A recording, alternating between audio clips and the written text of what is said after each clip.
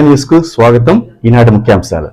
తిరుపతి నగరంలో జగన్నాథ నివాసంలో ఘనంగా వెంకటేశ్వర స్వామి భజన కార్యక్రమం. తిరుపతిలోని జగన్నాథం నివాసంలో గోవింద స్వాములు ఆధ్వర్యంలో శ్రీవారి నామస్మరణతో వెంకటేశ్వర స్వామి భజన కార్యక్రమం భక్తి శ్రద్ధలతో ఘనంగా నిర్వహించారు. ఈ కార్యక్రమంలో గోవింద గోవింద నామజపంతో పరిసర ప్రాంతమంతా ఆధ్యాత్మిక వాతావరణంలో పరవశించింది. ఈ భజన కార్యక్రమంలో గురుస్వామి జగన్నాథంతో పాటు చంద్రశేఖరమూర్తి, సాంబోల, హరి, బాలు, సునీల్, వెంకటరమణ, చంద్ర, త్యాగ, రోహిత్, తేజశ్రీ, రమ్య, భావన, సురేష్ స్వాములు తదితరులు పాల్గొని శ్రీ వెంకటేశ్వర స్వామిని కీర్తించారు.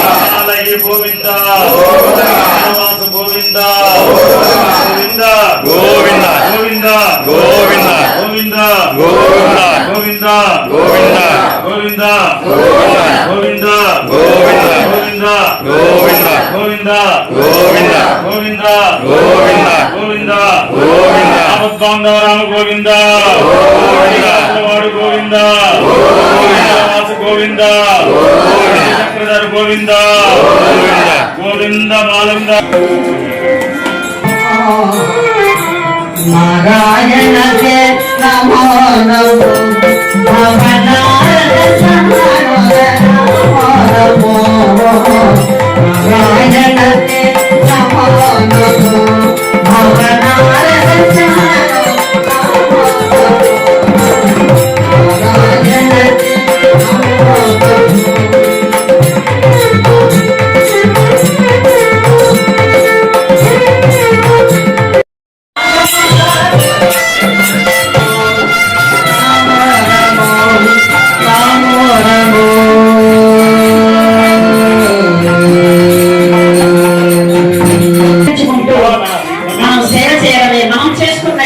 భాగ్యం ఏదో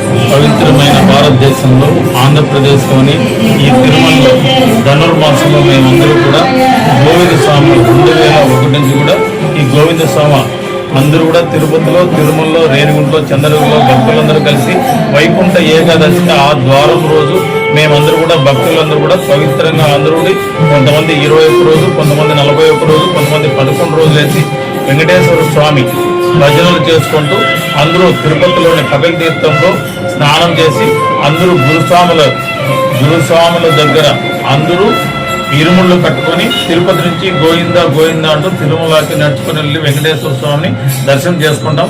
ఇది ఆనవాయితీగా వస్తుంది. కానీ ఇంతవరకు మాకి వెంకటేశ్వర స్వామి అనుగ్రహం ఉండి అందరికీ దర్శనాలు కల్పించేవారు. మాకు తిరుమలలో ఆస్థాన మండపం, అదేవిధంగా మైక్ పెట్టుకునేకి, అదేవిధంగా కపిల్ తీర్థంలో స్నానాలు చేసేదానికి అన్నిటికీ పర్మిషన్ ఉండదు. కానీ ఈ రోజుల్లో ఆన్లైన్లో ఆఫ్లైన్లో అని చెప్పి దర్శనాలు కూడా లేకుండా చేస్తున్నారు.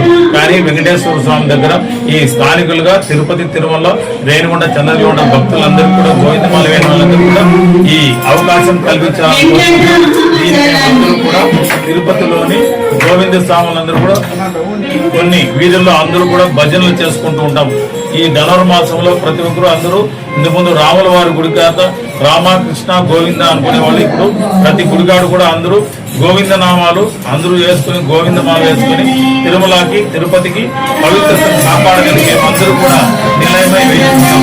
కాబట్టి ఇది ఆనవాయితీగా కాకుండా ఇది ఎప్పటికీ ఇలాగే గడవాలని కోరుకుంటూ తిరుపతిలో మేము అందరూ కూడా భక్తులుగా వెంకటేశ్వర స్వామికి సేవకులుగా ఉన్నాం. కాబట్టి మేమందరూ కూడా 21 రోజు ఈ గోవిందమాల ధరించి వెంకటేశ్వర స్వామి పాత్రవాళ్ళు. అదేవిధంగా ఈ రోజు ఈ భజన కార్యక్రమం కూడా మేమందరూ భక్తులు కలిసి ఈ భజన కార్యక్రమం చేసుకున్నాం. మిగతా ఉన్న వాళ్ళందరూ కూడా చూసి ఈ కార్యక్రమంలో అందరూ కూడా ఇది ఆనవాయితీగా పాటించి స్థానికులందరూ కూడా కొంతమంది భక్తులుగా ఉండి ఈ మాల వేసుకొని వేసిన వాళ్ళు, వేయని వాళ్ళు అందరూ భక్తులే. కాబట్టి ఈ గోవిందమాలకు అర్థం ఏమంటే వెంకటేశ్వర స్వామికి ముఖ్యంగా